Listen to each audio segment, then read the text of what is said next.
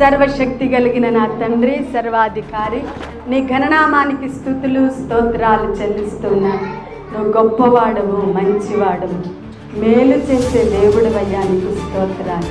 నీ నామములో ఈ రీతిగా నిలవబెట్టుకున్న నాయన నీ యొక్క ఉన్నతమైన నాయన నీ యొక్క సంకల్పాన్ని బట్టి, ఉద్దేశాన్ని బట్టి నిన్ను స్తుతిస్తూ ఉన్నాను. అల్పురాలనయ్యా, నాలో మీ కార్యం జరిగించి నాతో వచ్చిన మీ బిడ్డలందరితో మీరు మాట్లాడమని, అగ్ని వంటి నీ మాట మా హృదయాలను కాల్చి మెరుగుపెట్టిన నాయన బంగారము వలె, మేలిమి బంగారము వలె మమ్మలను తీర్చిదిద్ది మహిమ పొందుకొనమని యేసయ్య నామమున అడిగి వేడుకొనుచున్నాను తండ్రి.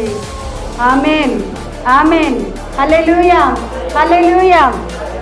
దేవుని బిడ్డలారా, యేసయ్య మన కొరకు ఏం చెయ్యాలో అది చేసి చూపించారు. ఇప్పుడు మనము